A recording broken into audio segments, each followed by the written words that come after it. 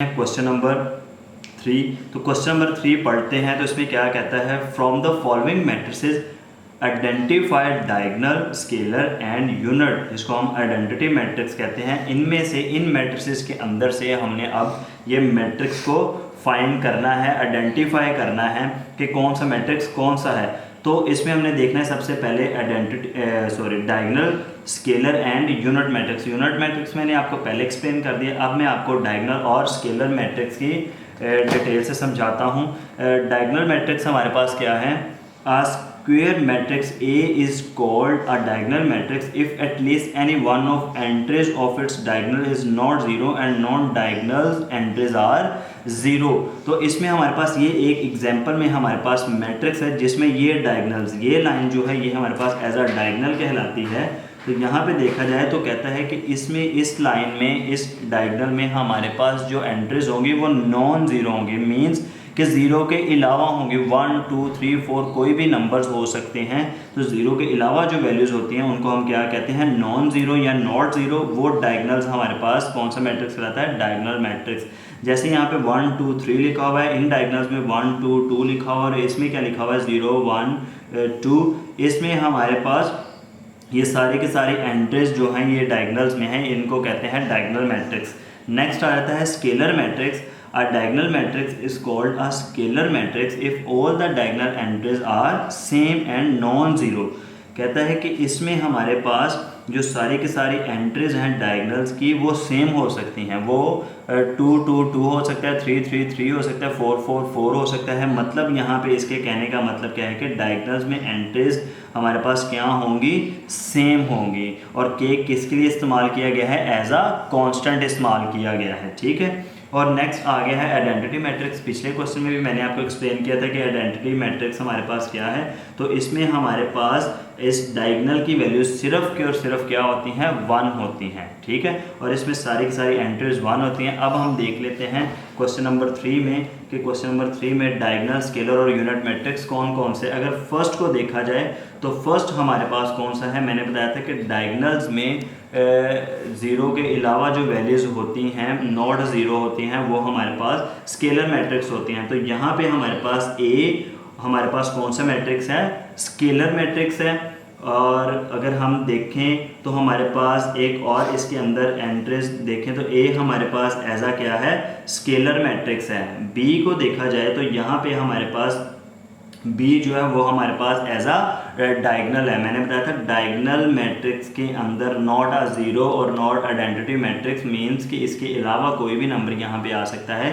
वो हमारे पास कौन सा मैट्रिक्स कहलाएगा, डायगोनल मैट्रिक्स कहलाएगा। अब सी में देखा जाए तो यहाँ पे हमारे पास कौन सी वैल्यूज पड़ी हैं, 1 1। मैंने बताया था कि ऐसे एंट्रीज जो डायगोनल की जगह सिर्फ 1 देती हैं वो मैट्रिक्स हमारे पास कौन से कहलाते हैं, वो हमारे पास यूनिट मैट्रिक्स। अब यहाँ पे देखा जाए तो डी हमारे पास भी कौन सा मैट्रिक्स है, डायगोनल मैट्रिक्स है, ठीक है। और ई देखा जाए तो 5 - 3 करें 2, 1 + 1 करें तो यहाँ पे क्या आता है 2। तो यहाँ पे 2 2 सेम एंट्रीज हैं, तो ये हमारे पास कौन सा मैट्रिक्स है, स्केलर मैट्रिक्स है। तो नीचे मैंने मेंशन कर दिया है। तो हमारे पास इन एंट्रीज के अंदर स्केलर मैट्रिक्स कौन कौन सी है, ए एंड ई हमारे पास कौन से मैट्रिक्स हैं, स्केलर मैट्रिक्स। और सी हमारे पास कौन सा है, यूनिट मैट्रिक्स। और डायगोनल मैट्रिक्स हमारे पास कौन कौन से हैं, A B C D and E हमारे पास। अब हम स्टार्ट करते हैं क्वेश्चन नंबर 4। तो क्वेश्चन नंबर 4 में क्या कहता है find negative of matrices A B C D and E when. तो नेगेटिव मैट्रिक्स क्या है, पीछे मैट्रिक्स पढ़े हैं तो अब हम पढ़ लेते हैं नेगेटिव मैट्रिक्स क्या है। तो नेगेटिव मैट्रिक्स हमारे पास क्या है, let A be a matrix then its negative -A is obtained by changing the signs of all the entries of A। Means इसमें क्या है, कहता है कि ये हमारे पास एक मैट्रिक्स है, इसके अंदर जितने भी एंट्रीज और जितने भी हमारे पास एक मैट्रिक्स है उन सबके साइंस को क्या कर दिया जाए, चेंज। मीन्स के जो जिनके साथ साइंस प्लस के हैं उनको माइनस कर दिया जाए, और जिनके साथ साइन माइनस के हैं उनको प्लस कर दिया जाए। तो ये हमारे पास कौन सा मैट्रिक्स कहलाता है, नेगेटिव मीन्स ऑपोजिट मैट्रिक्स। तो यहाँ पे हमारे पास क्वेश्चन नंबर 4 का फर्स्ट है, उसमें हम अगर नेगेटिव इसका फाइंड करें तो ए के साथ नेगेटिव साइन आएगा, तो जो इसके अंदर इसकी एंट्रीज हैं उन सब के साइंस चेंज। तो मीन्स इसके साथ प्लस साइन है तो किस में चेंज होगा, माइनस। और इसके साथ माइनस है तो इसको किस में चेंज कर देंगे, प्लस में। सो द नेगेटिव ऑफ ये हमारे पास क्या आ गया है, minus A is equal to -1 0 + 1। अगर हम b को देखें तो इसका हमारे पास नेगेटिव क्या आता है, -b -3 -2 +1 -1।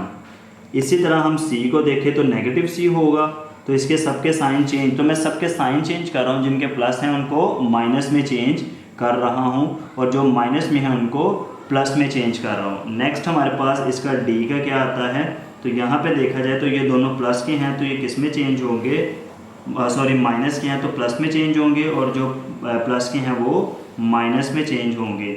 अब ई लास्ट है, इसका नेगेटिव अगर हम देखें तो 1 -2 +5 और -3। तो यहाँ पे ये हमने क्वेश्चन नंबर 4 का सब पार्ट्स में हमने इसका क्या फाइंड कर लिया है, नेगेटिव। तो इन सब मैट्रिसेस के हमने क्या फाइंड कर लिए हैं, नेगेटिव फाइंड कर लिए हैं। नेक्स्ट पार्ट क्वेश्चन नंबर 5 देखते हैं।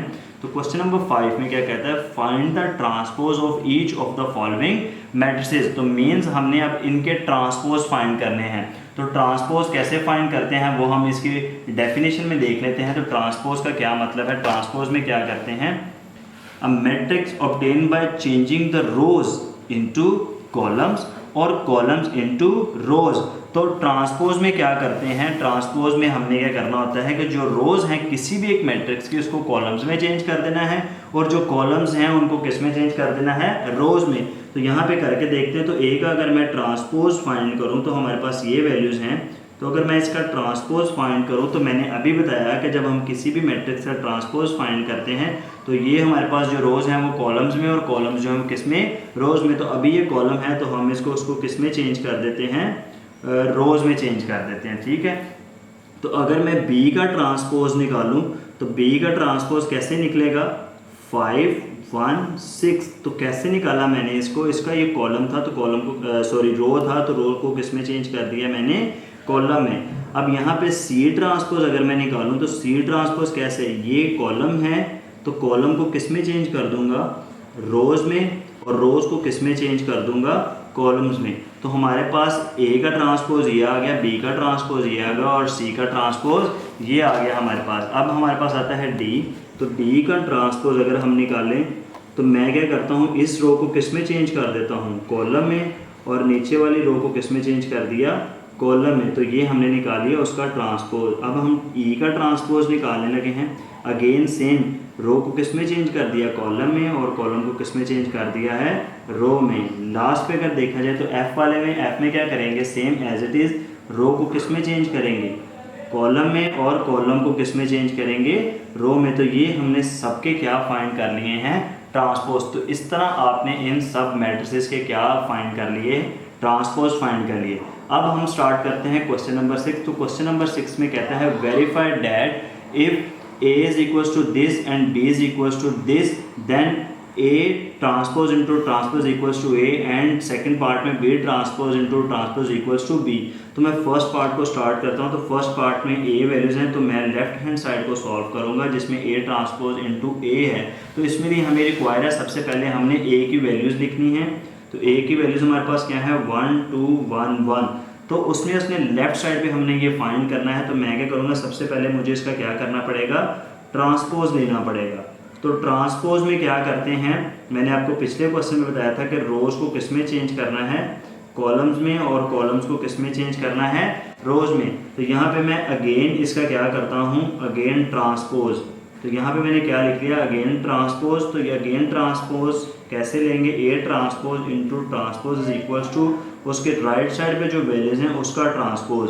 तो मैं यहाँ पे अगेन ट्रांसपोज का ट्रांसपोज करूँ तो रोज़ को किस में चेंज कर दूंगा, कॉलम में, और कॉलम को किस में चेंज कर दूंगा, रोज़ में। तो यहाँ पे हमने प्रूव करके देख लिया कि अगर किसी भी एक ट्रांसपोज का अगेन ट्रांसपोज लिया जाए तो वो दोबारा उसकी ओरिजिनल वैल्यू के इक्वल आ जाता है। तो ये वैल्यूज़ देखें और ये वैल्यूज सेम है, तो ये वैल्यूज़ किसके इक्वल हैं, a के। तो यहाँ पे हमने इसको प्रूव कर दिया कि hence prove left hand side is equals to right hand side, means कि जो इसके लेफ्ट हैंड साइड और राइट साइड है वो दोनों एक दूसरे के क्या हैं, इक्वल है। मीन्स के किसी भी एक ट्रांसपोज का अगेन ट्रांसपोज किया जाए वो दोबारा उसकी ओरिजिनल वैल्यू के इक्वल आता है। अब यहाँ पे हम स्टार्ट करते हैं इसके सेकंड पार्ट को। तो इसके लिए भी हमने इसको कहाँ से स्टार्ट करना है, लेफ्ट हैंड साइड से। तो b की वैल्यूज़ रिक्वायर हैं, तो वो हमारे पास क्या है 1 2 1 0। तो हमने यहाँ पे क्या करना है, इस b का ट्रांसपोज। तो मैंने आपको बताया है जब ट्रांसपोज करते हैं तो रोज़ को किस में चेंज करते हैं, कॉलम में, और कॉलम्स को रो में। तो यहाँ पे हमने b का क्या कर लिया है ट्रांसपोज। तो यहाँ पे मैं क्या लिख लेता हूँ, अगेन मुझे क्या चाहिए, अगेन ट्रांसपोज चाहिए। तो 2 टाइम इसका ट्रांसपोज करना है। तो फर्स्ट टाइम ये कर लिया, अब सेकंड टाइम में इसका ट्रांसपोज जब करेंगे तो यहाँ पे रिक्वायर क्या है, हमने क्या करना है, रोज़ को किस में चेंज करना है, कॉलम में, और कॉलम को किस में चेंज करना है, रोज़ में। तो यहाँ पे देखा जाए तो b ट्रांसपोज का ट्रांसपोज, यहाँ पे देखें ये वैल्यूज और ये वैल्यूज इक्वल्स टू क्या है b। तो मैं इसकी जगह पे क्या पुट कर सकता हूँ, b पुट कर सकता हूँ। मीन्स इससे मुझे पता चला कि किसी भी मैट्रिक्स का ट्रांसपोज का अगेन ट्रांसपोज किया जाए तो वो उसकी ओरिजिनल वैल्यू के इक्वल आता है। तो ये क्वेश्चन नंबर 6 के कुछ 2 प्रूफ थे जो बोर्ड के लिहाज से बहुत इंपॉर्टेंट है। तो यहाँ पे मैं अपनी एक्सरसाइज कंप्लीट करता हूँ और फिनिश करता हूँ, और नेक्स्ट करेंगे एक्सरसाइज 1.3 स्टार्ट। तो इस तब तक अल्लाह हाफिज़।